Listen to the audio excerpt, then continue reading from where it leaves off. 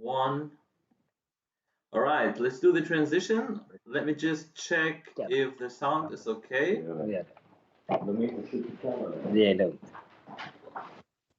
Let's see if people have an echo. It might, no, it might be. Let's see. Okay, we give a warm welcome to everybody who's watching tonight. We will, of course, are streaming from two separate locations. I'm here in Lübeck, Henok is, of course, in Stockholm at Omnipollos Church.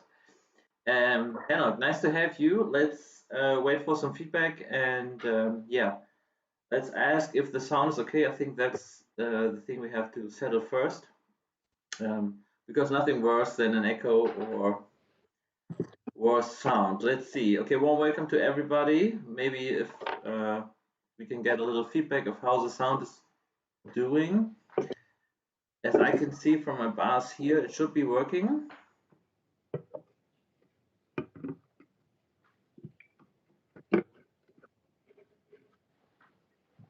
You look so concentrated, Max. Focused. Do you guys have the stream on in the background? Because I hear it as an echo. No, I don't think so. we don't have anything else on. It's only your phone. Okay, let me see.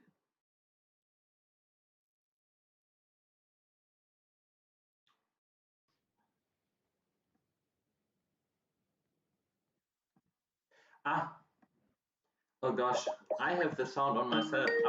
I had YouTube on actually. I'm calling you on another phone. Hold on. I have to decline. Okay, now it should be working. All right. Yeah, it's 8:30. With me tonight is Henok Fentie, one of the founders of the Omnipollo Brewery, and Isaac, who is responsible and working very closely with us as Brausturm, the wholesaler and importer from Germany. Yeah, I'm Max. I'm one of the founders of Beyond Beer, and also, and that's what I'm doing right now. I'm a, how you call it? I'm a very passionate pizza baker at Omnipollos in Hamburg. And yeah, as you might know, we just opened back up 1st December. We're doing quite well. We had very nice feedback. Unfortunately, we have to say though, this week started with a little bump. We had an event last Friday, which was yeah, quite crowded. And yeah, we had a few exposures to COVID, and I mean, we're doing daily tests, but we decided to close down the bar today. We just did a PCR test and are now awaiting the results and are opening back up as soon as those are in. We are, of course, deeply sorry, you know, for anybody who has been there last Friday and yeah, got infected. I mean, it's quite crazy right now. I mean, in Sweden as well, the numbers are peaking. Yeah, we, of course, are very cautious and taking this very seriously, just so you know. And yeah, as soon as we open up again, we would, of course, you know, welcome anybody who's watching tonight to get a, you know, very nice experience while visiting the bar. And in addition to that, we of course have a very nice online experience expecting us today, because hopefully Henok and Isaac will show us around the new Omnipollos Kirche in Stockholm. But Henok, before we start, I mean, with a little deeper introduction about how you got Omnipollo started, and maybe even the bigger part today, you know, how the church is doing. Let's open up the first beer and yeah, give everybody a warm welcome. Amazing. Thank you for having us, Max. And we're really happy to join in. It was quite a while ago we did this, like an online tasting, actually, like right in the beginning of the pandemic. It was every week, and now it just feels like, yeah, we kind of thought the pandemic would be gone, but here we are back at it. So we thought we'd start with Phantom. It's 6.1% IPA, brewed here at the church.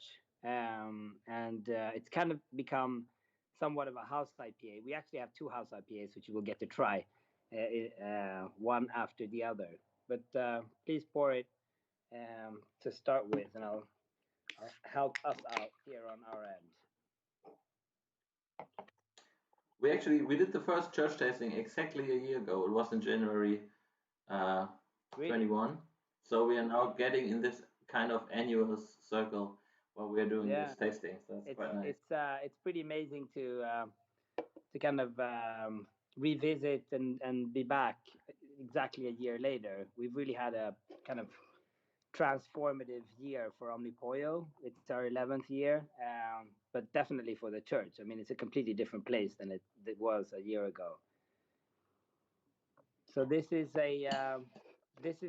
beer is brewed with Swedish malts, actually. Like first time we've worked with that in Sweden. We actually did a German collaborative beer about 8-9 months ago with this malt. But this is brewed with a malt from a maltery called Kvarn. So kind of soft, nutty base malt. We've paired it with oats and wheats, and the top note hop here is Nelson Sauvin. So New Zealand hop that we're really fond of. And I think it was the third beer we brewed out of here, but it kind of feels like our debut beer. Like it's just been selling like hotcakes at stores here in Sweden, and yeah, we're kind of this is what we're drinking more, more casually from the church, but still very expressive. Hopefully, I hope you guys are getting getting a fresh batch, and I'm looking at Isaac here. Yeah. But it looks pretty fresh from what you're drinking, Matt. It is. I think we just received the shipment like 2.5 or 3 weeks Yeah. ago. So I think we shipped our packages last week, and this is actually, I think, one of the first things we can start discussing as well, because I was reading a book last week, and I wanted to read for a long time. It's from Jeppe, and it's about Torst, and how he starts food pairing. Jeppe from even And Daniel Brewing. Burns. And Daniel Burns, exactly. And there was quite a big introduction. Also it was. I mean, the book's quite old, and when you read it, you see it's like from older times, to say so. But there's quite a few sentences. What he thinks about gypsy brewing, and how he started with it. How it gave him independence. And now looking not only at you but at Jeppe as well, actually, it's you see a few breweries who started off as gypsy brewers. You can see now kind of settling, and coming from quite internationally known brands to I can't really say, is it either trying to get more control and more flexibility and living their creativity, but also starting to get home bases, to say so, in the country they are located, which is quite something that, I mean, you and Jeppe are not the only examples. There are a few breweries like Tour, for example, who are also big at the pub and now have a very big own brew house. What do you think is the reasons that, yeah, the more known or established gypsy brewers are now getting home bases? You can see that with German brewers as well now. Yeah, that's a really interesting question, Max. And I think speaking for our journey, it felt like we were kind of longing to show our local community kind of what we were doing. Like we were so occupied traveling here, there, and everywhere for many, many years, and we kind of had this idea that it would naturally happen in Sweden, and it has to a very large extent. I mean, people are drinking craft beer for sure, but it felt like we were almost too focused on kind of looking abroad, especially on the other side of the Atlantic, the US, and even going towards Asia and other countries that are outside. Whereas at some point you kind of start saying, hey, why can't I brew a pale ale? Like it's fine for me to kind of go and tackle a pale ale, but you can't do that if you're going to export it to the US from Europe. I mean, it makes absolutely no sense to drink a pale ale that you've exported that far unless it has like an incredible storytelling and flown over by air freight or something. I mean, it just doesn't feel like the future somehow. And so it building the church and kind of putting our hat in this place just felt like the natural thing to do, like being able to roam and travel with our friends around Sweden and Stockholm and have our beers. And weirdly enough, I mean, here we are drinking the beer with you, and you're in Germany, but it's still Europe, I mean, yeah, it's easy to get beers. You're drinking this exact same batch that we're drinking here. That makes sense. but it wouldn't make sense if we were to do it in the US, for example. Exactly, because I always, I've been in this craft beer world, to say so, for 10 years now, and looking at one of the biggest breweries, Gypsy Brewer started brewing with, which is the Perf, who are brewing, like exquisite beers, no question about it. But also, looking back, like 10 years ago, um, there's a big Danish craft beer brewery who started working with them, to say so. And I remember the first IPAs they sold, they had an expiration date of 24 months, which is like unthinkable now. I mean, especially if you look at this is a 3-week-old beer. And later we're having another one, which is Comb, which is also the house beer of the Hamburg bar. And this is just crazy, of how, also perception wise, from the consumer, how they say, there are a few breweries now doing like hazy New England IPAs, and even though there is a chance, of getting like beers from the US, their quality expectations are so high right now, because they are spoiled in a way, because they had access, to the best of the best, I mean, like Trillium, Equilibrium, are in my case, uh, two of the, benchmark hazy IPAs, to say so. And this is now, to have this option, to say we have the knowledge to do this as well. We just haven't had the chance to show you, because this, in regards of logistics and production schedule whatsoever, was not in our hands till now, as we have our own brew house, and this is quite. I'm almost finished, the first one, because it's quite low ABV, but it is very thick. Has very intense, like silky, cotton wise, like it's probably oats in there, obviously, right? Or wheat. Yeah, we're doing wheat notes for sure. It's because I was just thinking, I was drinking quite a few Cone lately, and even though Cone has more ABV, this has a kind of a even thicker mouth feel to it. But it's really nice because it's very, like silky coat of the tongue. Mm, nice. Amazing. It's cool with these like Crazy virtual tastings, because like you can really connect over this flavor experience. It's almost like VR or something. Like you experience something that somebody else is experiencing through flavor. It's pretty cool, actually. How is it in regards? Sweden is quite a complicated country in some ways. I was just telling you a story before we started the stream.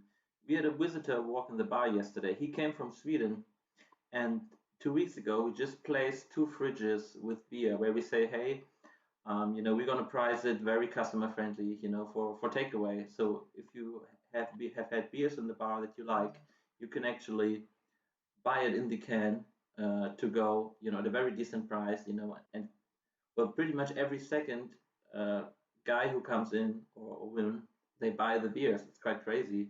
And then he told us most of the beers he has seen in our bar he can't get, even though he lives in Stockholm. And he said it's quite complicated, because it's a monopoly. And yeah, but it's not that he goes to Omnipollos and then he have like 50 or 60 beers that are available right now and he can't buy them. That's good. Is there any chance that that is going to change in the future, or is there any kind of petition you can start, or Yeah, it's a hot debate for sure. what's your thought on It's a this? hot debate for sure, but public opinion is pretty like firmly set on keeping the monopoly, is my understanding. And it has its benefits and its drawbacks. Like the drawback is obviously the proximity to the brewery doesn't, with the exception of a few stores, really get you more access to the beers. But you can also sit in a very remote place in Sweden and get a hold of our beers, because the monopoly makes sure to send the beers around. So that's a pretty neat thing for Swedish beverage producers.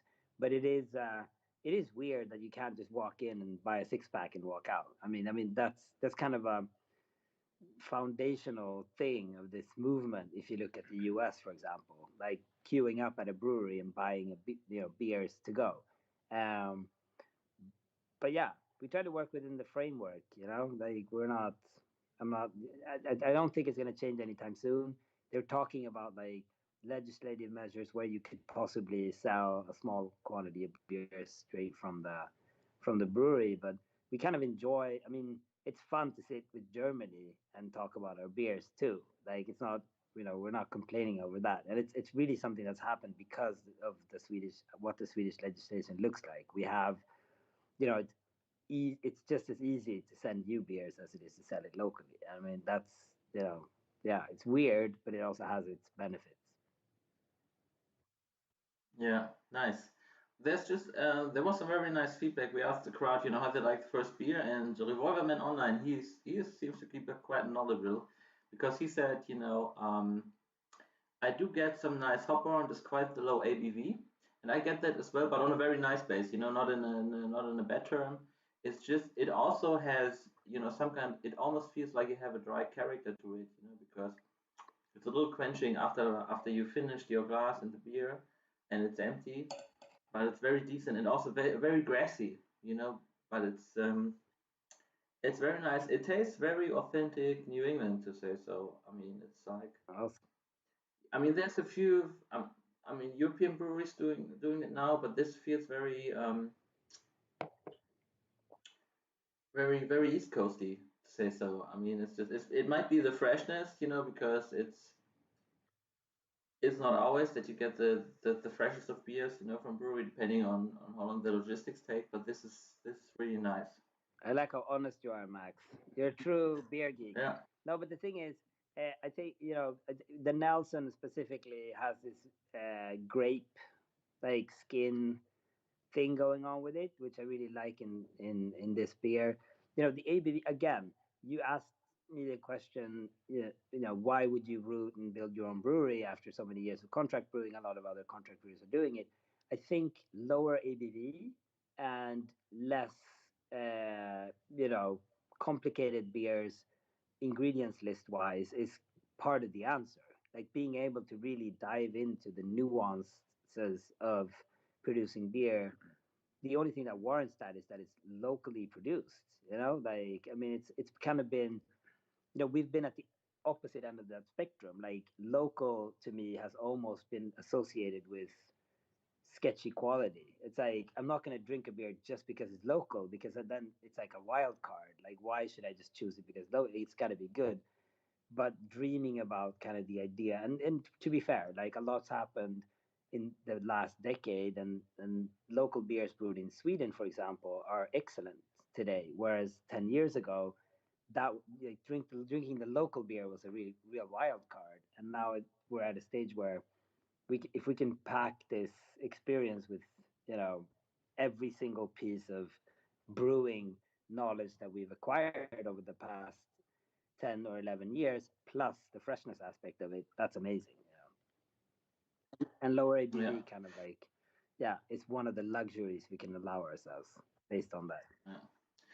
I think it's also a challenge. If you say you can't go above 3.5 ABV, that's also gonna you have to do definitely some experimenting. Especially with those intensely hot beers, and with their fragility they have already, and then going even lower in the Yeah, ABV, and and getting the yeah, base to it.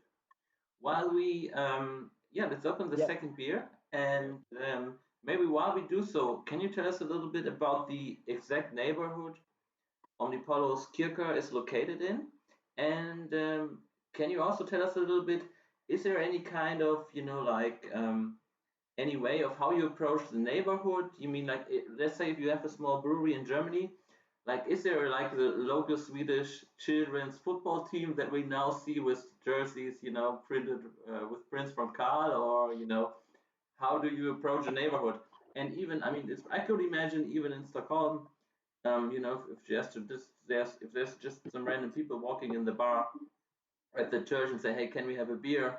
And then they see people drinking like a Bianca or even a cone, and they take the first sip and they say, "Okay, I was expecting a lager. What is this? Does this happen a lot, even though you're from no, Stockholm?" you're absolutely right, Max. I mean, this is completely uncharted territory for us. Like we've been as far from local, we've been local hostile, honestly. Like it's been about like connecting around an idea that's not, you know tight the geographic location.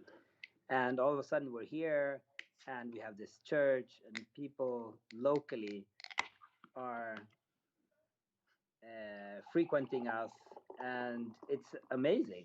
We love it. Like, we decided very early on that, like, even the beers, some of them carry local names. I mean, this is like very far from our DNA. I had a guy over at the church today that last week there was a fire at the local beer shop right down the street, and he was alert. He works as a personal trainer at a gym that's right next to the beer shop, and a customer came in and said that there was a fire on, and he like picked up two extinguishers and ran over and put the fire out. So he basically saved the beer shop, and we're brewing a beer for him, an IPA for him in a couple of weeks. I mean, this is like, we've become like localized, like big time in that regard, that we kind of read an article and think of our immediate geographic surrounding as a thing, and I think you can taste it through the beers, weirdly enough. It's like the water is obviously the very basic, every single local brewery talks about the water, blah blah blah, but like everything from our process to kind of what we do, like anything we can do to distinguish this IPA from any other IPA you've had, including working with the local community, like I'm gonna do it. Like it's a vibe, it's a art expression. I think I can't speak for Carl, obviously, but my feeling is that he also sees this. I mean, we've moved here. We moved our head office to this part of town. Like we're sitting. So we have the church, and in the same neighborhood we have our head office. Simply because we really wanted to immerse ourselves in this neighborhood, and it makes sense with the proximity to the church, and it's gonna change the DNA or contribute to the DNA of the company for sure. We're drinking really Coke. Nice. Yeah. Your favorite, Max. Yes, thank you. I've only had it from draft yet, so this is the first from. Oh, cool. Okay. I was actually sitting with a glass of Phantom from draft here, but I didn't want to spoil the fun. Like I said, I've already mentioned it with the Phantom. It's quite crazy, This is like 1.5 ABV more, but the body of the Phantom is bigger, crazy. Yeah. It's really like puree juice, but this is also very nice, compared to that, like, because this is very dangerous. This feels like 5.5 or 5.0. So this is quite a thing. I like the sometimes it's also, I think, with working with the neighborhood, how you get the approach to get like grounded, like every beer festival we've been to. I think we've been to MBCC or in Tallinn, to the Tallinn Craft Beer Weekend. If you go to the Omnipollo booth, there's like 200 people queuing, to get a sip of a slush, or some special beer, or some rare treats. And then you suddenly, you're you're in Stockholm, in a more of a cozy neighborhood, and then you're probably just a dude to do the brewery. There's like no one's using Rate Beer or Beer Advocate or Untapped. It's just people who go there after work, have a burger. I mean, I just saw some pictures of you guys eating some burgers that look absolutely delicious, and that's quite nice. It's a very big, it's humbling, obviously. Like when we opened our doors, we had no idea, who would show up, and people walk in without a preconceived notion of who we are or what we do. But it's also, I think, super healthy to go through this, and kind of like every single beer we present, is seen with fresh eyes. Like that's it's a different journey, which we're enjoying a lot. Yeah, crazy. So, okay, we already discussed during the first beer, there is a monopoly in regards of any beer above 3.5% ABV. How, let's say, you would say, hey, this cone needs to get out to the Swedish public. How's the process in getting those church beers into the Systembolaget? There are a couple. How much time do you have? Yeah, exactly. Is it that complicated? I mean, they're different formats. I mean, they're very, very, good at picking up on what the public wants. Like they are super curious. I mean, they visited us here at the church just a couple of months ago, 2 months ago, spent hours, asking questions about every single part of our process. It's a personal process, but it's also, there's obviously bureaucratic like considerations going into it. And um, I think that they're very driven by statistics and data. So they'll look at essentially what people are buying, and they'll try to gear their selection, from that. And as long as people are asking for craft beer, we'll be fine. And what more can you ask for in a way? It's I don't know that I'd say I'm a very kind of quiet voice in that regard because I like playing within the rule book, if you will. Like I don't want to bank on like a legislative change for this to be a success. Like we know what we're working we have to work with, and so we're trying to work within that format. But the freshness is the one drawback, which is there's always lead times. Like you need to send your beer, a month in advance before it reaches the shelf. It reaches the shelf. It's not stored cold. It's on warm shelves. I mean, this is generally our biggest concern. There are ways around it. So we try to work around as much as we can. Generally, it's like that's not an aspect of it that's super easy to manage based on the monopoly. Yeah. It's quite interesting, my background, well, professionally wise, is also in trade. I used to work for a big German retailer, Edeka, which is quite a big one. And then I moved, somewhat into craft beer and especially into retail. And being in Sweden and visiting, Systembolaget, it always feels somehow, very nicely curated. And then I remember you telling me, that one time that people can also, put in suggestions of what beers they would like to see and stuff like that. And then, consumer wise, it's state regulated, so the price wise it's quite attractive, even though beer tax is quite high in Sweden. I mean that for the consumer it's quite nice because you can get, like Imperial Barrel styles from Omnipollo, in a liquor supermarket, to say so, which I always find kind of, impressing. But then on the other hand, I say like, okay, this beer, is being drank now, 3 weeks, after they've been filled into cans, and this is probably the way it's supposed to be. And every 4 to 6 weeks or 8 weeks you can brew a new batch, and people raise their bars in regards of expectations, and quality wise, also what the Swedish brewers can do, with the exception, of it's just being stored somewhere for months and then not being sold, which is also, I mean, no usual company would do that in regards of, just because it's just as if you would take a bunch of money and just put it somewhere, because they of course obviously also order large amounts, right? Yeah. No, it is. I mean, it's a special system for sure, and it has historical reasons for being, but it's probably saved a lot of breweries in Sweden as well the last couple of years. It's been tough on everyone, and most of them survived thanks to Systembolaget. Very true. Yeah. Very Nice. true. That's actually a very, very good point. It's like, when COVID started in 2020, everybody was freaked out, right? Like restaurants, bars, and the entire like business community essentially, and so were we. And we were like, I literally envisioned, feared that this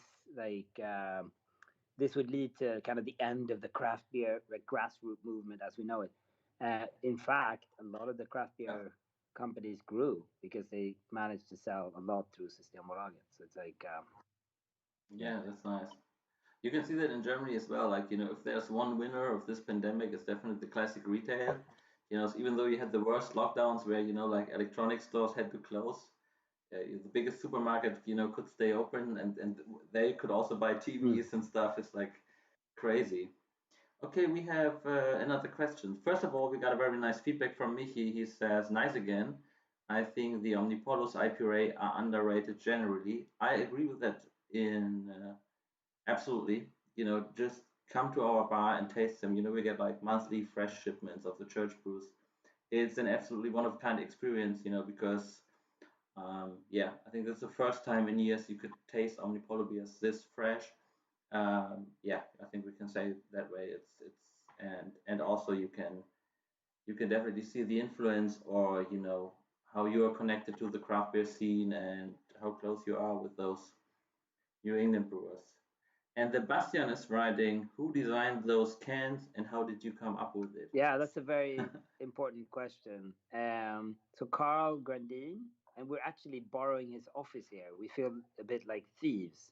So he has his own art studio on top of the church. So the very top floor of the church is dedicated to art, which is a very important part of Omnipollo, and he makes 100% of our label artwork and anything else that's visual that's connected to Omnipollo is made by Carl Grandin. And Carl Grandin is a co-founder of our company, and yeah, it's been really kind of, I think, a absolutely like instrumental part of our success, but also something that's moved the needle in terms of the craft beer industry. When we started out 11 years ago, like beers did not look like this. And the reason they do is Carl Grandin. It's that easy. How did you actually? I've never asked you. How did you meet Carl?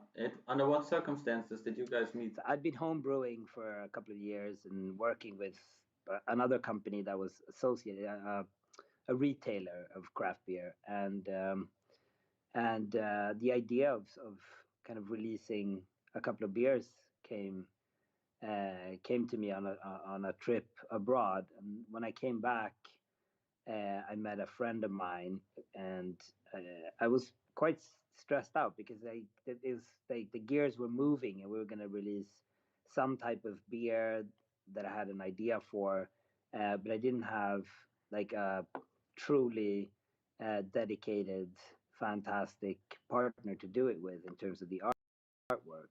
And my friend, who's a curator, an art curator, instantly said, "You got to meet Carl Grandin." So Carl Grandin was, famous hotshot dude, and I had to meet him and explain to him that craft beer was going to be the next big thing. And Carl's a genius, so he figured out pretty quickly that maybe there's going to be something going on here in this space, and we liked each other, and yeah, the rest is history. Yeah, that's nice. It's really quite. I mean, if you guys, um, yeah, if you guys are not familiar with Carl, Klaas, who is also watching, maybe he can just check out our Instagram channel. Maybe Klaas, will put up some pictures or maybe a link to his portfolio. It's crazy what he does, and also his style in particular. It's very, very vectory imagery. It's quite a certain style. Definitely. So yeah, check his Instagram out. It's Carl Grandin. Carl Grennan. If you tag him in a story, he will reply immediately. Yeah. He's very Instagram. Yeah.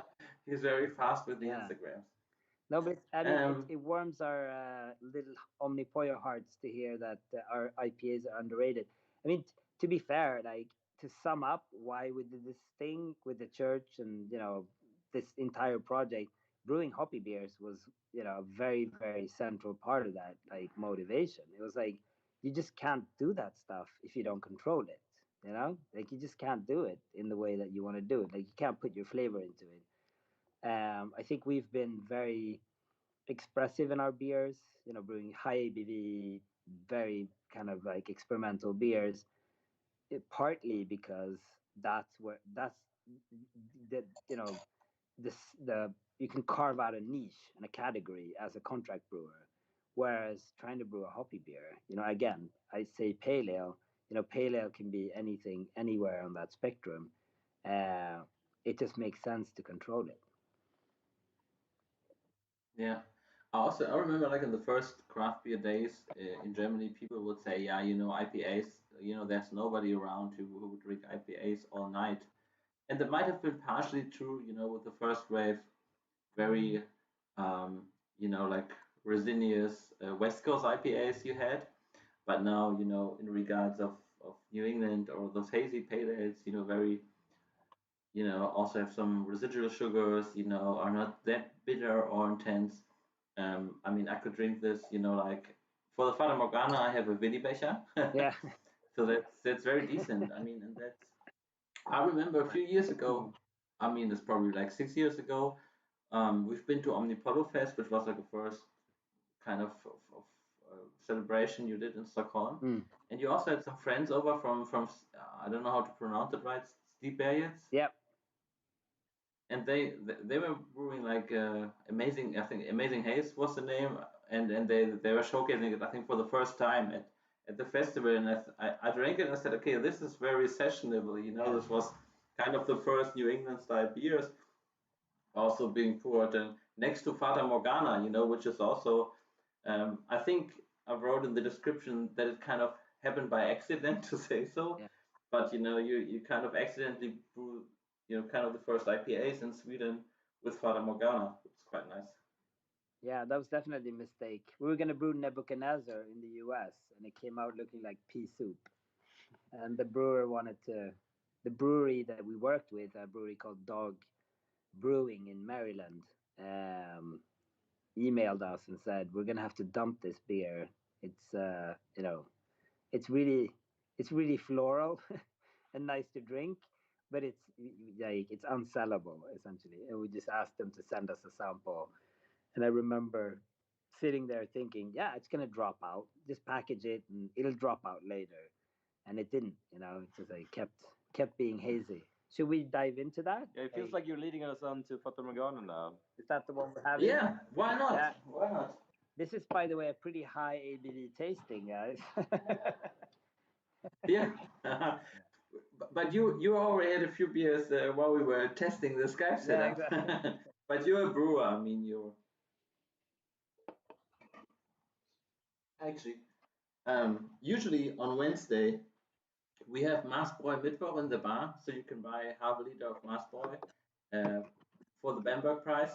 So in remembrance of that not being happened tonight, I brought my Willibecher, and that's Shout out to Stefan.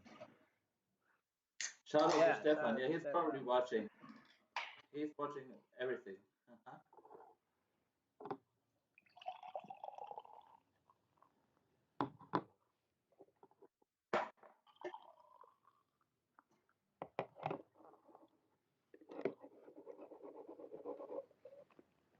So before there was also a double dry hop version of this coming out of the church, a month or so ago, right? Or am I? Did we do a Nelson version here? In the US? Yeah, it's US actually. So we've done a bunch of versions in the US, and this is the first specialty version, if you will, brewed here at the church. And it's we got a nice lot of Galaxy sent to us a while back, so we've been brewing a lot of beers with that, and we figured let's start out with the Galaxy version of Fata Morgana. So it's like a classic Omnipollo staple, but with a twist, if you will.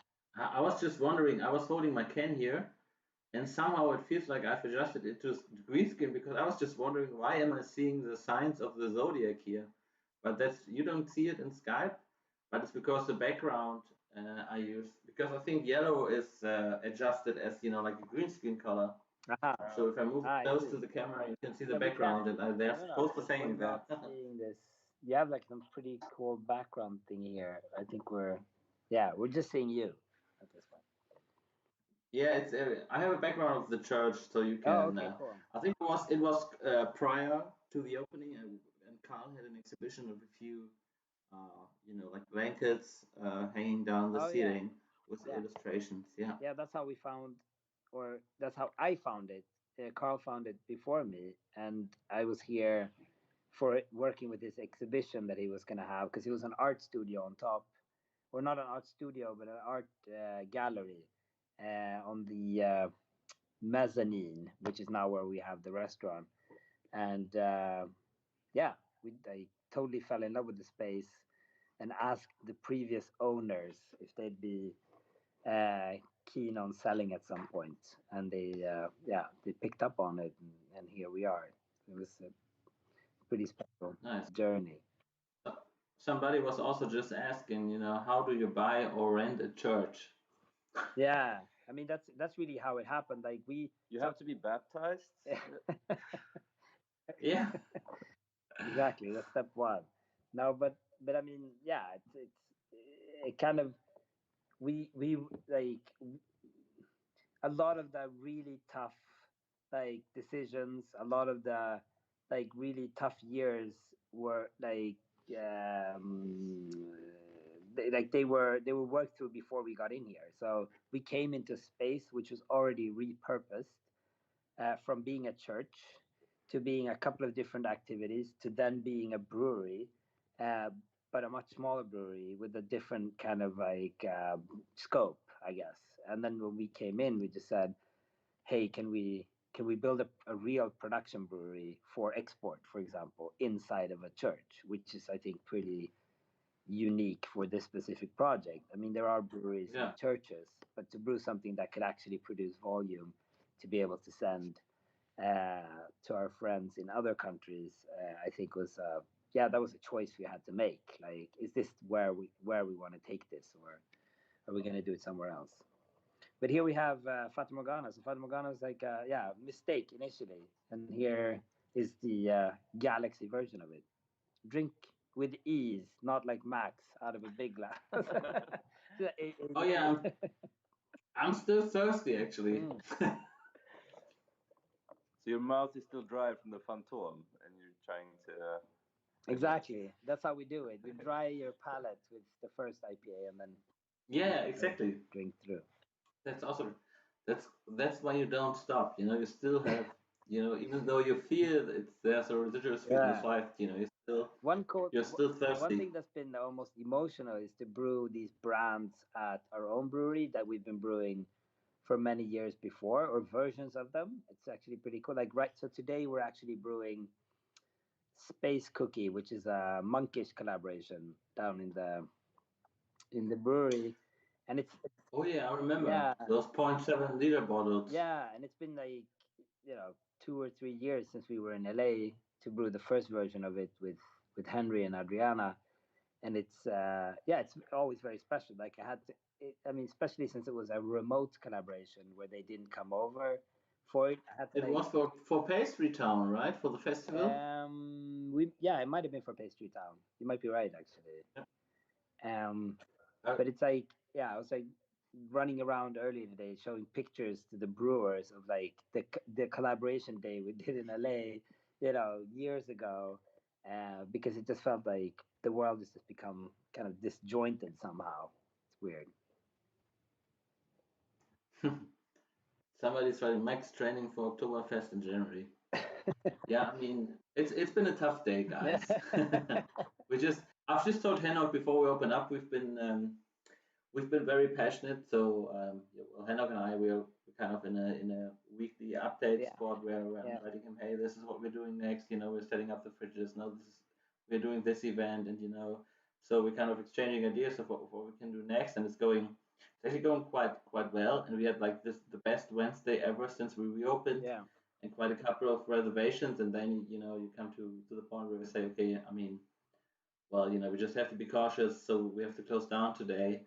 And yesterday we were rolling like 120 pizza boards, and we were baking 30 tiramisus, and then you say, oh gosh, no, this is all sitting in the fridge. And still nice, to be home and do this tasting actually from home, right? I mean, I could even have stayed in the bar, but this is very, very decent. You gotta make the best of it. Exactly. Do you have a pizza oven at home as well? No, unfortunately not. The problem is actually, if we have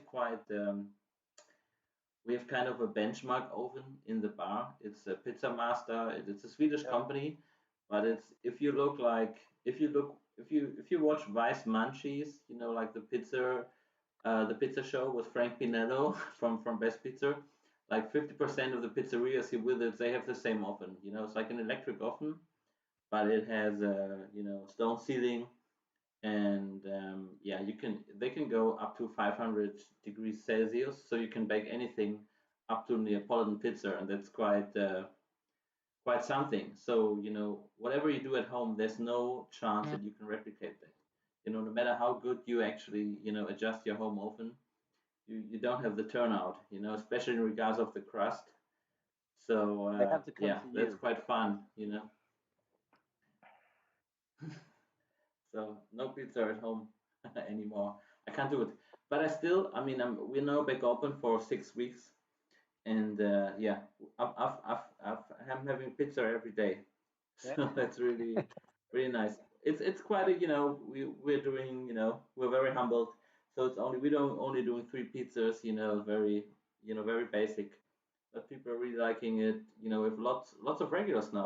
People who come once or twice a week already since we reopened, and that's really yeah. They look amazing. I mean, yeah, I was down there 3-4 weeks ago, I was gonna say.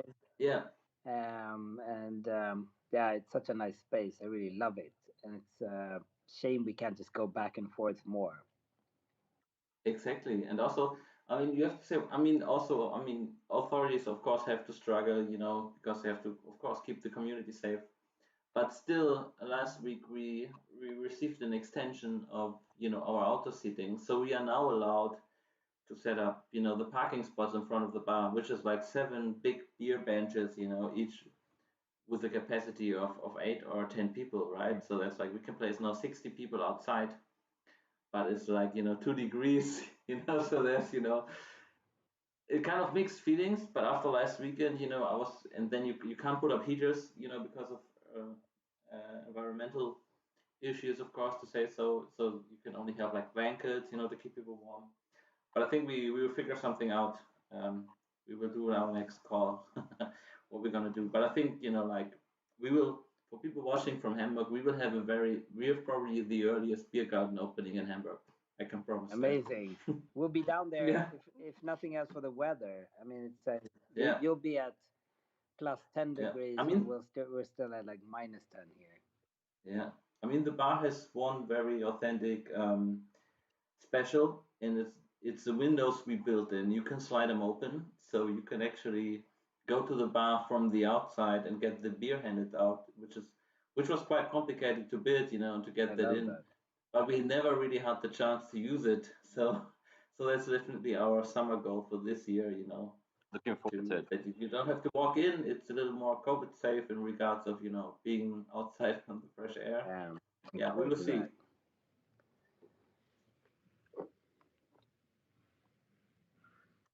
Okay, cool.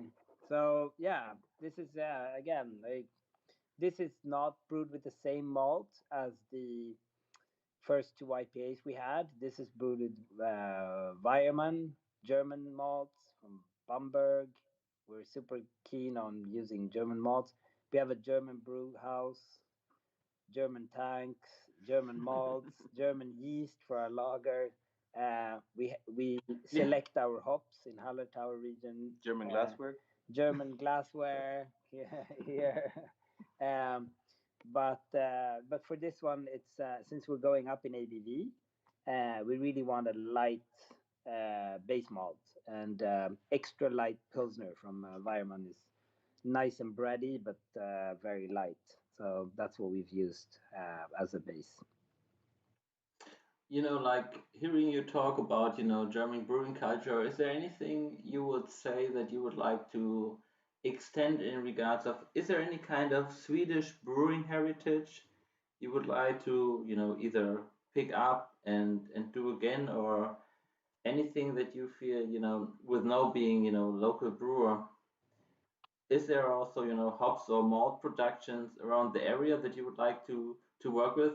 I mean, hops is probably quite hard, because of, people who know hops only grew at very specific locations. So you can take a belt around the earth, and that's where the hops grow usually. But is there, or in regards of beer styles, is there anything, like a traditional, like Swedish beer style? I mean, I'm not so knowledgeable in regards of Swedish beer culture. The One thing that I was interviewed by a British journalist just the other week, and he was writing a piece about Scandinavian imperial stouts, like dark beers in the kind of 9 to 12% ABV range that have kind of also gone under the name of Baltic porters and like Scandinavian stouts. I think that's at least from my end. Like when I started home brewing, I was heavily inspired by a beer from a brewery called Närke Kulturbryggeri. Närke Kulturbryggeri. It's super small Swedish operation, and they released a beer in 2004, 2005. Yeah, that kind of sailed up and became the highest rated beer in the world on Rate Beer. Yes, I remember. And it was oaked for 3 months on small, like 5-liter oak casks, but very, very dark and thick and motor oily. And the job I had before starting Omnipollo was for a pub chain that had like almost a collaborative relationship with this brewery. One of the co-owners was one of the bar managers for one of the pubs that I worked for. And so there was this intimate relationship that like allowed me to have this beer over and over and over again every year that it was released. And so that's, in my book, rather than, because beyond that, you kind of have to go back to like Viking days to look at what happened, to try to like trace back and see what's like Scandinavian brewing traditions are like.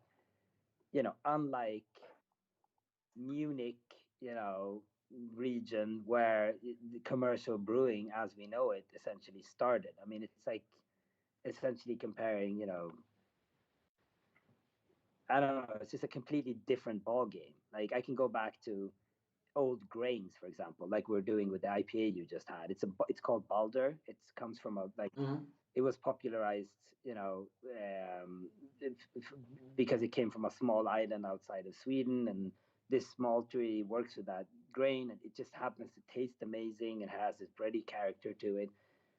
We can definitely look into an ingredients here or there, but brewing, in terms of brewing traditions, it's more modern inspiration for me personally. Like if I go back, like if I was a mead maker, Scandinavia would have much more to offer, I think, compared to, for example, Germany or England or Czech Republic.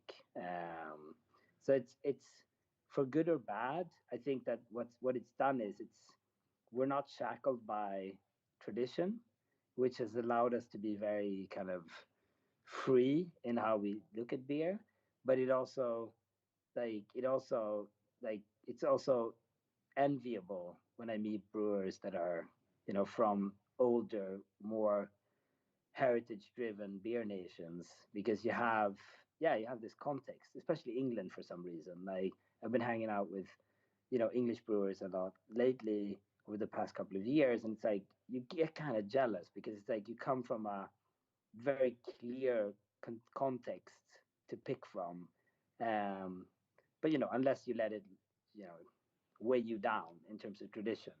But just to kind of like circle back to your question, dark beers in the 9 to 12 ABV range, I think Scandinavia has been a very, very kind of like influential force over the past, say, 25 years at least, which I think is inspiring. Like you can really drink good stuff in that range. Yeah. It's quite interesting. I mean, especially coming, from a country where heritage, plays such a big role. I mean, if you ask people, what country they most associate with beer, it's probably going to be either Belgium or Germany. Obviously, I think most of the people you would ask, and then yeah, it's quite you have mixed feelings. You have 1,600 breweries in kind of a small country, and it's also quite interesting. We have there's an institute. It's called Dermans, where you can do a beer sommelier, and they also do like like every second year they do like competitions. Like the German championships of beer sommeliers. I did this last year and I made it to the finals, so I'm now part of the German national team of beer sommeliers. So I will be participating in the World Championship next year, but this is also being held in Munich. But if you do the training, you can definitely see that they're very knowledgeable about any kind of lager. And if you go to the German finals, the first thing you do is a blind tasting of German beer styles, and then you have 10 glasses of beer that absolutely look identical. Then it's Helles, Export, Keller beer, which is a little like cloudy. You have a Märzen and Altbier, a Kölsch. And you look on the glass and they all look absolutely the same, right? And then you do have to do a blind tasting and you get a sheet, number 1 to 10, you write down what kind of beer style it is. So it's only German beer styles. And maybe you have an alt beer, which is a little brownish, reddish, which is kind of easy, or a wheat beer, where you can get a certain, top fermented nose, but it's very, very challenging. And then you say like, okay, I mean, you have this knowledge, about bottom fermented beers, definitely, but in regards of, like, setting the benchmark higher, like on an international level, as you would see, like, because like you say, if I would want to brew a New England IPA, I would rather, not look what's being brewed in Germany, but I would say, okay, like, how did it develop? What did the alchemists do? How did they define the style? They have a petrol, like nose. It smells also almost like gasoline. Some of the beers, and then you have like equilibrium and trillium, where you have a very, they have that body that it's very hard to explain it. It just means like like it feels like like a skin of a peach to say so. How can you duplicate that, and how you define how the style is turn out in the end. That's quite if you do the training in Germany to become a beer sommelier, it's I think it's a little more. It's very focused on bottom fermented beers, compared to doing a Cicerone or BJCP exam, for example, which is rather more widely spanned, to say so. Interesting. Amazing. I have a question, Henok. Sebastian is writing, how do you come up with new brews? How long does it take you approximately? Wow, that's it's a really good question, and it's a hard one to answer. I mean, if we're shooting off of something that we're familiar with, it can be very very quick, like minutes. But if it's something that When someone comes running with a fire extinguisher. exactly. One day. Then it's very quickly. Boom. But and others I just need to think about. Like it can take weeks, months, years. We have a brewer coming here in May. On the 29th of May, Matt from the Vale is coming for 2 weeks to brew with us. And we're brewing a beer that we've been thinking about for 2 years. So that's like a really long lead time. Whereas a lot of the time, like it'll be, hey, this thing happened today and it's super exciting, and can we do something with that? Yeah, let's. And then it just goes into tank. The cool thing about having our own brewery is we can really go from idea to action in like a matter of hours, which is a very different from being a contract brewer where we've been brewing at other breweries where it's a lead time, 3 months minimum. So it's the full spectrum. Yeah, nice. Guys, maybe we should move on to the fourth beer, which is probably it's quite intense on the ABV. I'm getting kind of I'm blushing. So finally a triple IPA.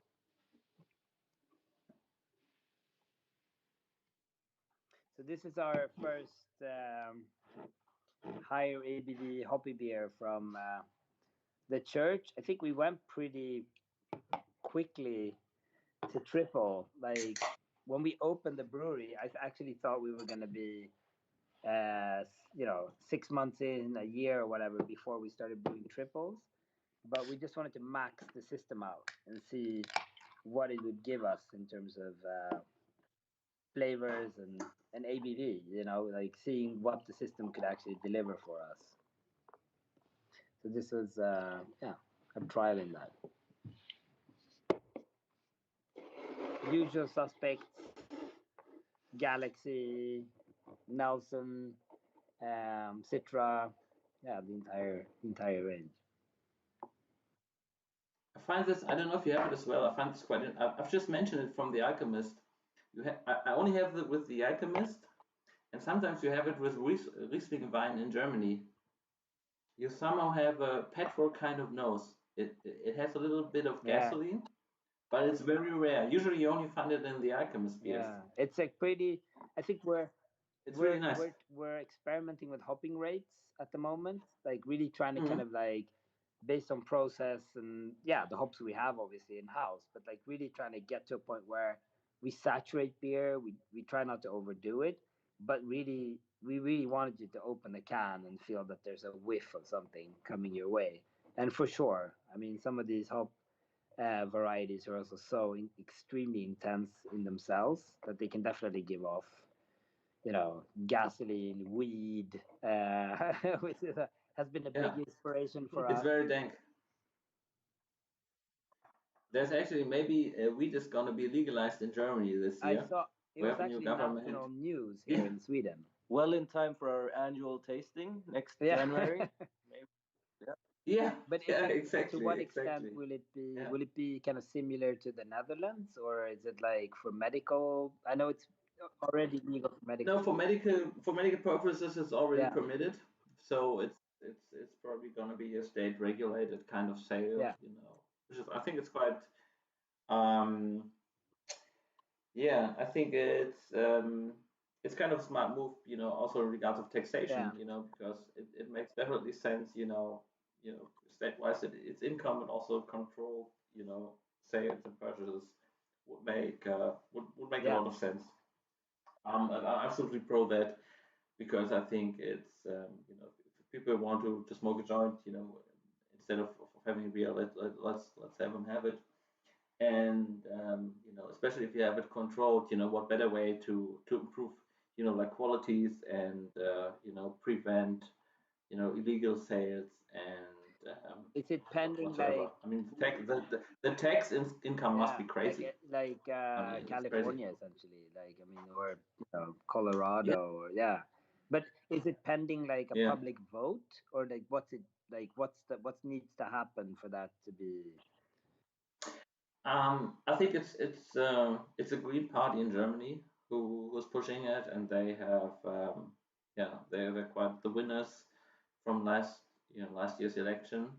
And I think now they're working out something, So it's not really up to the public. It's rather up to them, to find a way to pass a bill, under what circumstances they can be solved.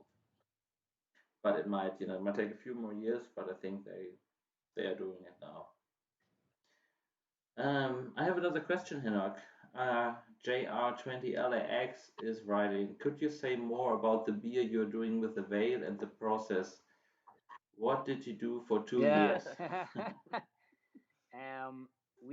We actually did this. We brewed a beer that we wrote the recipe for at the veil and barrel aged it for 2 years. So it's a dark, big imperial stout that we are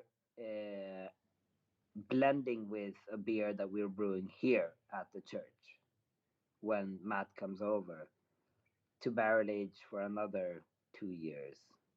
And then every time we send it over to each other, we're actually selling some of it fresh. So he's packaging some of it and selling it after 2 years, and then we're blending the rest of it into our imperial stout, barrel aging for 2 years, which will essentially make it into a 4-year component stout. And then we're sending some back to him, selling some of ours, and then he'll barrel age it, which will make it a 6-year component stout, and so on and so forth. And that's the beauty, I think, of friendship and this entire industry, which is, we're not in a hurry to go anywhere. And 2 years has actually passed pretty quickly, to be frank. And like the beer that we're making today with Monkish is a beer we brewed with him 2 years ago in LA.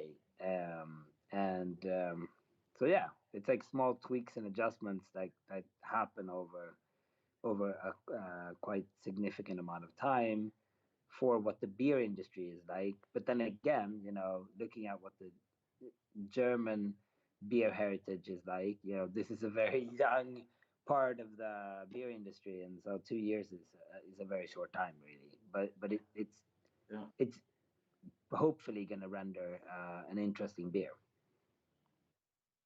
Yeah. It's kind of nice, I think the Veil is quite unknown in Germany, for those people who don't know. I mean, we also have the Bianca later, and those styles of fruit beers, is kind of what the Veil is famous for, in addition to IPAs, of course, as well. And it's kind of funny, because sometimes, when I meet people and say, hey, you've met Henok, what's this with his crazy pastry beers and everything and pushing to the limit, what does he drink when he come here? And I said, the first thing I remember, the first time you came to Hamburg, you asked me, where can we go? Is there a place where we can go and drink lagers? And we went to this Franconian place where we had like Nürnberger Bratwürstchen, bratwurst, and a few Keller beers, and then I drove you back to the airport. And when we were visiting a few spots, the first spots, where we were thinking of to open up the bar, that's quite interesting, because in the public perception, you always have, this is Henok, he's only brewing the fanciest of beers, and somebody wrote, we want to see, Omnipollo's approach to Keller beer. And there is an Omnipollo's Keller beer already, this guy, he's 50% Keller beer. I can tell you that. So it's quite interesting. This Of course, is a little bit older than Glas, but this is what Isaac was drinking right now, straight from tank here at the church. Yeah, it's a Keller beer. Yeah, exactly. And I think this is, I'm always telling people, if you're into craft beer or into, I don't really want to call it craft beer, or into beer in general, you have a certain perception of of the variety of beer styles that you appreciate. You can't say that real ale is not the real deal, or you can't appreciate a proper poured Keller beer, or um, slowly poured pills or whatever. It's and you can still enjoy a hazy, other half IPA or whatever. It's the appreciation of all beer styles, crafted to perfection. I think that makes a great and knowledgeable craft beer drinker to say so. Instead of saying this is the real thing and this is not.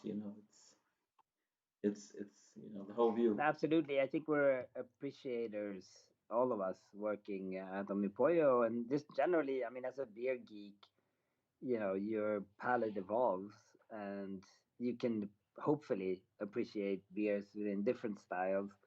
Um, but but they need to be well executed, and I think that that's where we're the most self-critical. Obviously, like a vision or an idea is one thing, but if we can't execute on that, which to be fair happens from time to time. I mean, we're doing high risk recipes. Um, it's That's part of the deal. Like, I mean, we're an open book. Like, you drink whatever we drink and brew, and sometimes you'll love it, and sometimes you won't. Yeah. Hey guys, maybe we do a 5-minute break. Sure. Because we already had like 2 liters. And then we'll be back in 5 minutes. Let me just hold on. I think, oh gosh, where do I have it? Ah, here. 1 second. Let's pause. Back at 21:45. Okay, guys, we're back in 7 minutes to resume the tasting. Thanks for watching so far. It's really nice. I'm really enjoying this. So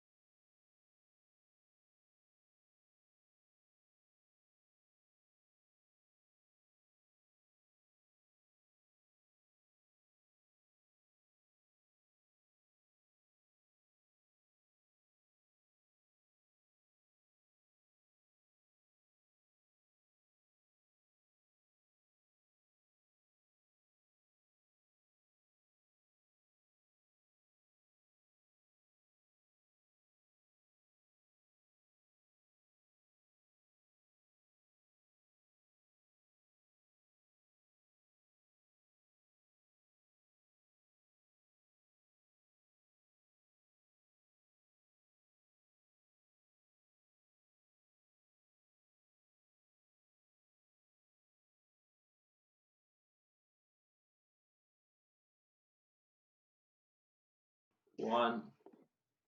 So here we are back again. So thanks for everybody who's watching already. I've just received, a message on Instagram. Somebody wrote me, "Are we going to get a little sneak peek into the brewery?" And we're quite lucky because you guys are on your cell phone. So what's nicer to pour, a little Bianca and get a little brewery tour. Well, if the reception cuts, bear with us. But we'll maybe we'll put some Jag kan filma dig. earphones on. No, you can do that too. This is.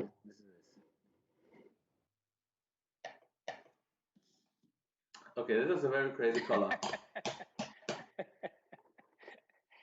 So this beer is a. Can you hear me, Max? Yes, Okay, so I can hear you. This beer is kind of this is a conceptual Bianca. So instead of talking about ingredients, you're just gonna have to see it, drink it, and be open-minded while I show you the brewery. Cheers. Cheers. One second. Okay, guys. So we're now taking a little sneak peek into Omnipollos Kirker Brewery. So let's see. We're starting now in Carl's, Henok and Isaac mentioned. This is Carl's secret atelier, how we say. That's right. Yeah. Which is on top of the brewery. So we're now going down a few stairs. And that's also, if I have it right in my mind, where the tap room is located. Oh, it's even. You're going the. It's got even more. You're gonna go the VIP entrance. Actually, let's start at the tap room. You're right. Let's go up here. Can you still hear me? Is the reception okay? The reception is absolutely fine. I mean, I'm also asking the people how it is, but it's perfectly fine.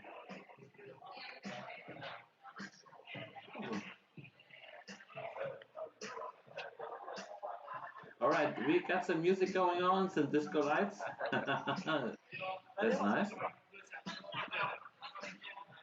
All right, so Henok's walking around. So this is the bar right here. We have a colleague right here. Nice. The bar was actually designed by the same designer who did the bar design for Hamburg, Frederick Paulson. That's right. That's absolutely right. So it's like a colored wood panel situation. 16 taps. You can see the tap system is all open faucets, so there is no Druckminderer, as we say in Germany. So you just pour them open perfectly for pouring the perfect pills.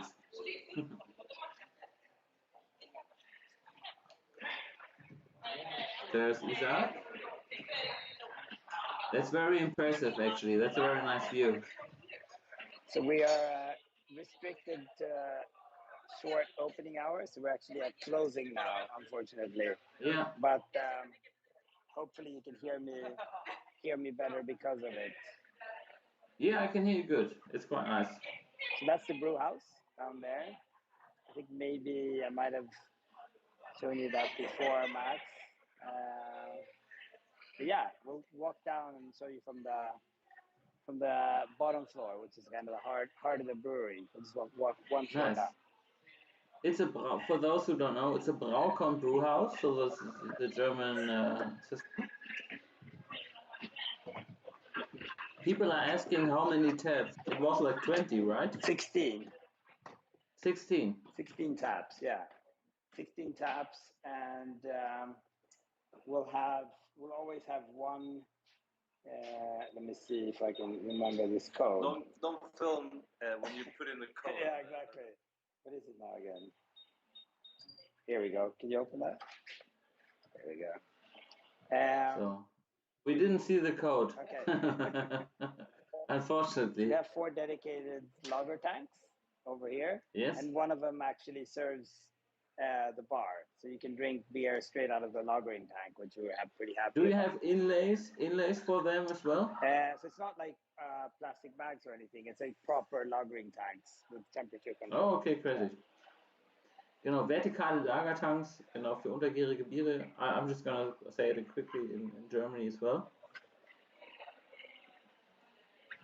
That's quite impressive.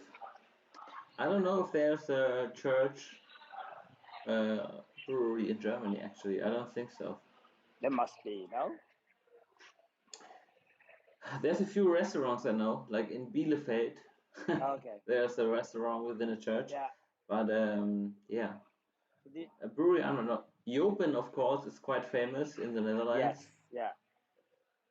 In Haarlem. That's so nice. It's crazy. I also like, actually it's kind of, if you're in the tap room and looking down to the people brewing, as a brewer, you kind of feel like being in the zoo. Yeah. Yeah. We tried to It's crazy. finish off our brew shift before the bar opens, but it doesn't always happen. So today was longer brew day, so the team they were still brewing as we were serving beers upstairs. I love it. It's kind of, this kind of, if you have such an open brew house, or we have it in Hamburg as well with the kitchen, it's kind of, there's a bullseye, a window where you can look in the kitchen. Yeah. It's kind of, it's kind of a transparency, where you just can't allow to make any mistakes or have anything dirty or whatsoever, True. because it's got to be clean. you made it transparent in the first place. Yeah. Because I think that's also nice, for your personal ambition to always keep everything, at the neatest, to say so. It's got to be quite clean nice. for sure. This is a Yes. pretty special piece of equipment. This is a hop gun that Braucon built for us. The Yes. biggest one in the world, I think. So it does about 30 hectoliters of liquid, which means we can fill it up with coconut, coffee, hops, whatever we want. That's quite the biggest hop gun I've ever seen, actually. For those who don't know, the hop gun is kind of Sierra Nevada did with the torpedo. I think they were kind of the pioneers who did it.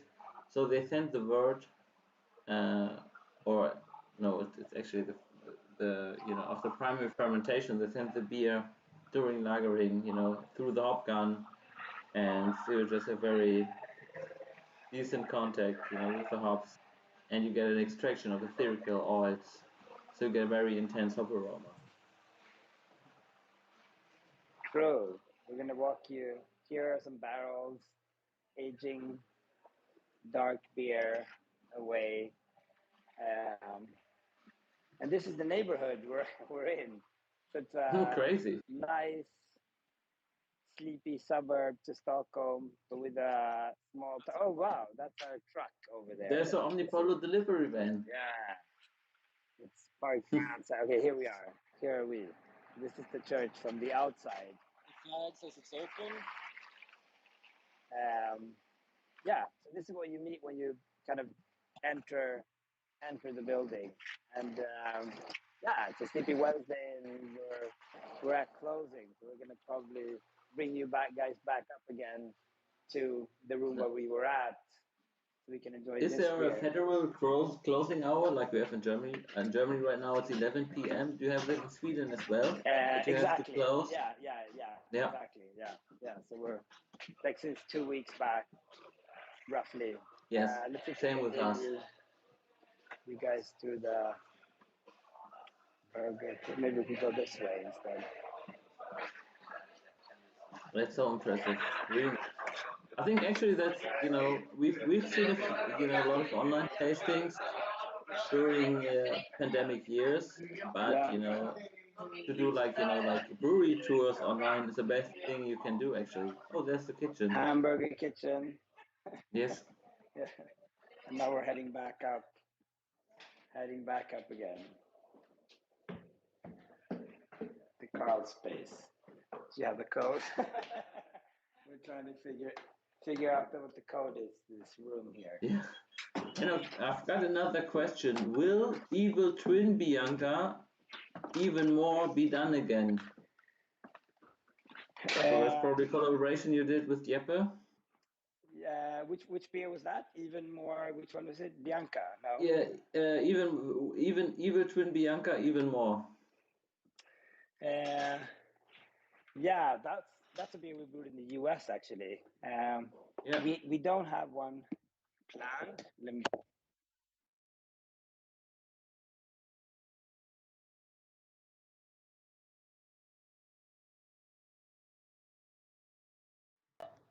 Right, here we are back again. Hey Max, can you hear us? Sorry about that.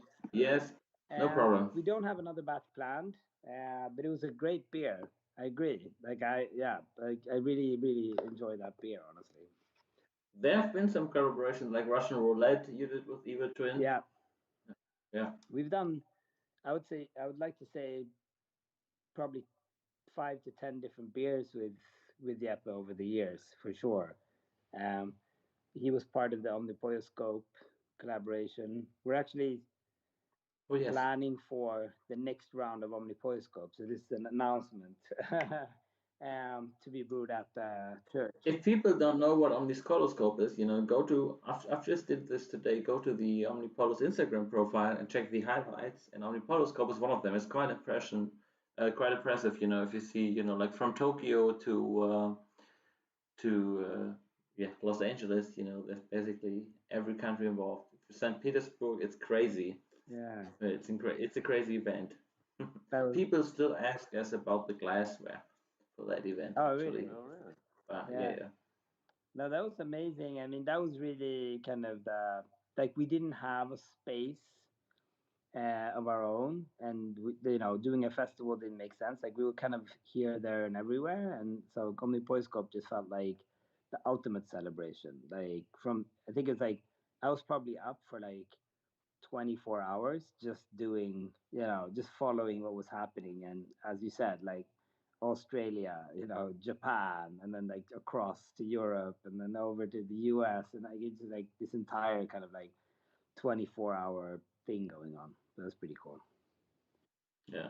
Somebody was writing, wow, Evil Twin is so hit or miss. Bianca was double hit. Actually, and someone wrote, which I totally agree with, the white bread Bianca was the best, which is a collaboration with Crooked Stave.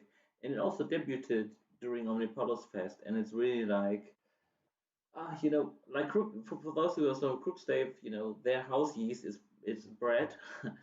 So that's what they're known for, and I think that's it's the most impressive thing. If you're looking for out of the book American White Ales, you have to check out Crooked Stave. Yeah, it's crazy. And then if you have the wild Bianca, which is like well, the American taste is the driest of all, obviously, and the Crooked Stave Bianca, it's the craziest you could taste. Actually, it's the driest sour beer you will ever have from Omnipollo.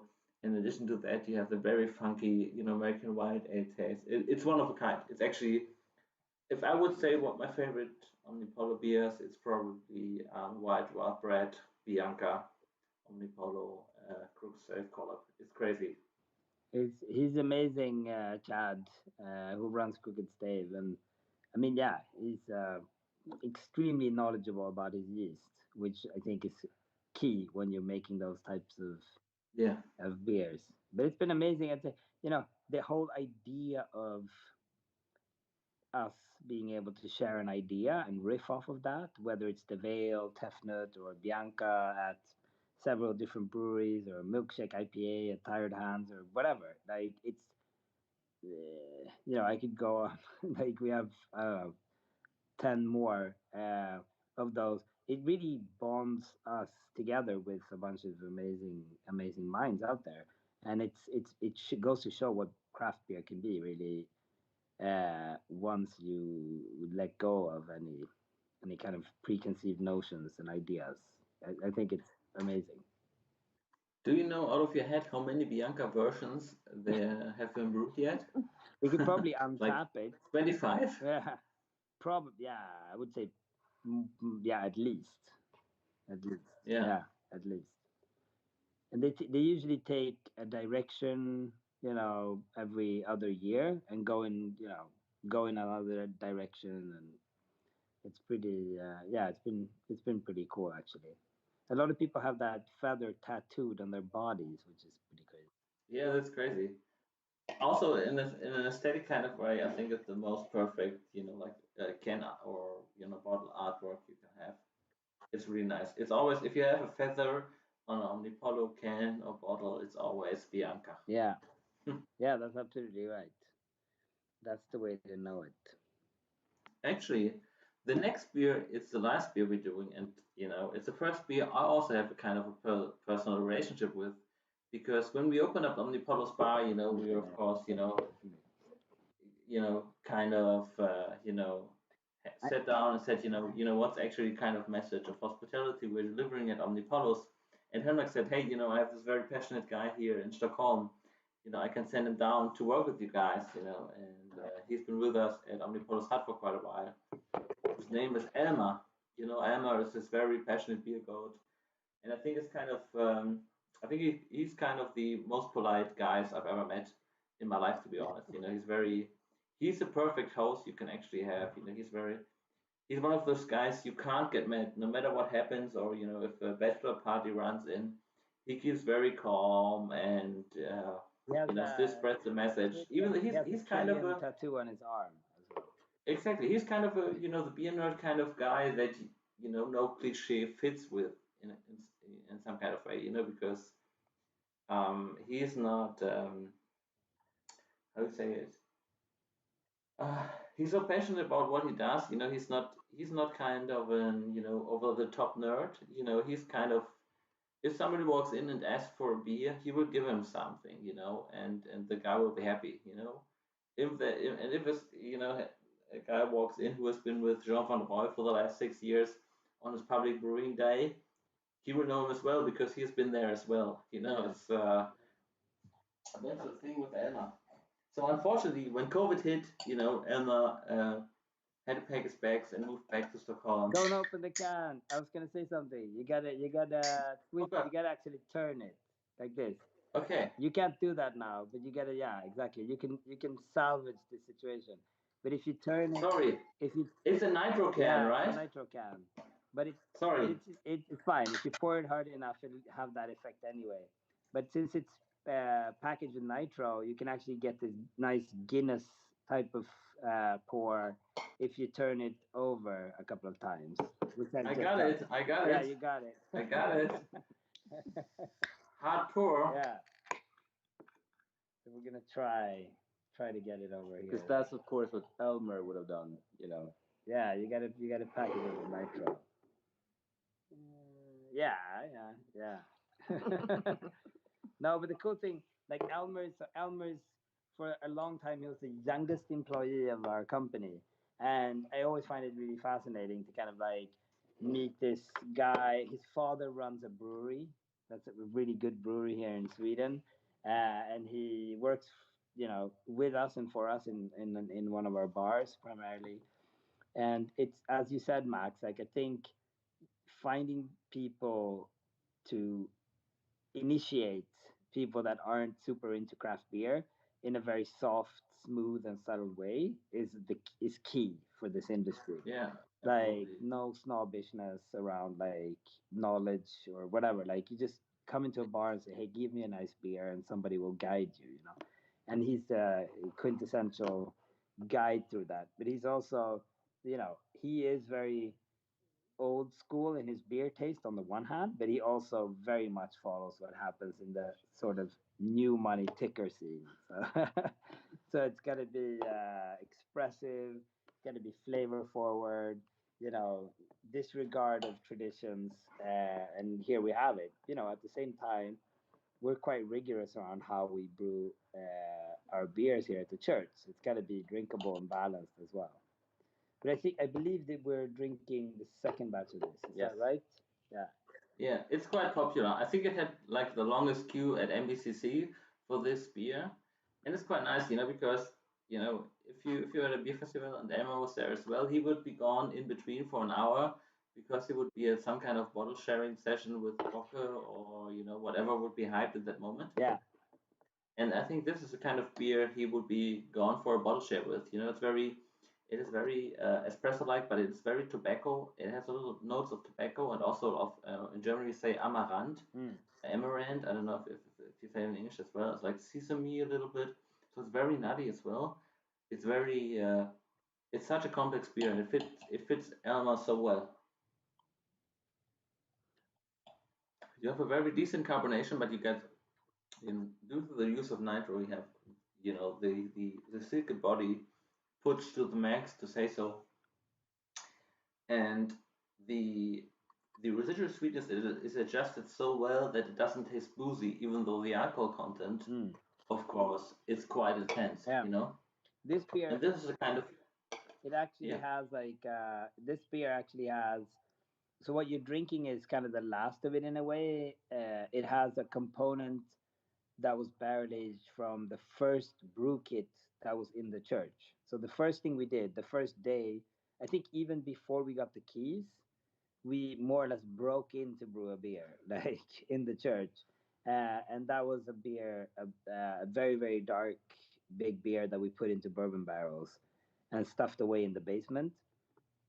And then that's been aging away. And then as soon as we got the new kit from Braucom, we brewed a fresh beer and blended it with this barrel aged beer.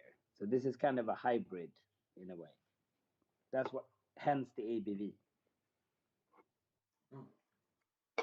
That's so nice, and I think it's a perfect beer, to end like an evening, because sometimes, you just, have to finish an evening, sitting on the couch, leaving the TV turned off, leave the Netflix off, put on a good record, you wanted to hear for a long time, just finish that beer, and it will take you 20 to 30 minutes, Yeah. But it will, you know, take you back to the analog kind of way, to appreciate things. Yeah. And I think this is sometimes what the ways are about, maybe. Yeah. We haven't figured that out yet, but Emma has. And thank you guys so much for that evening, because I want this beer to finish for our guests tonight, without being online, and appreciating the time we're living in, and spending time at home, with our loved ones or whatsoever, appreciating the analog kind of living. And I appreciated you guys so much, taking us around the church. It was very nice. Yeah, for the people who are watching, as we discussed, previously, this is an annual thing now. So next year in January, Yeah, exactly. we will take the next tour. Hopefully, it will be post-pandemic, obviously. And I will now move to the couch, and what will I hear? Let's see. I don't know. What record are you putting on? Yeah, maybe our, the guys who are viewing have a recommendation in regards of what record should we put on while we finish the beer. I think the best recommendation, we get a Omnipollo package from the house from Biere. Awesome. We will send it over, and we will see. We will see. We will see what kind of recommendations we get, and the best one will get a package. Awesome. I'll send them the Omnipollo Glass words. Yes, Yeah. I have 2 glasses left. I will put them on. Yeah, This awesome. is a very special thing. So you guys Amazing. watching now, what record should we put on? While we finish this. Okay, let me have a guess. What should I put on? This is quite tough. This is quite tough. Wagner? No, not that classical. I think there's some stuff that is old school, but still kind of good vibing. This might sound odd, but I think I'll put on a Beastie Boy record. Okay. No, because it's quite old school. Yeah. But it has a certain vibe to it. I think I will finish off with Beastie Boys record. I don't know which one. Nice. But yeah. Very nice. It's not. Yeah. I gotta come see your new pad as well. You moved. Svenska Trollpunk, somebody's writing. There's a Swedish thing. Whatever this is. Yeah. So, Yeah. awesome. It's been a pleasure. Thank you for having us. Yeah, thank you guys for taking the time, and you've been all day at the church probably. Thank you guys so much. That was really nice. I appreciate you taking us around the church. I think we should do this way more often. So yeah. Awesome. Now back to the Beastie Boys. Okay, everybody. Goodbye.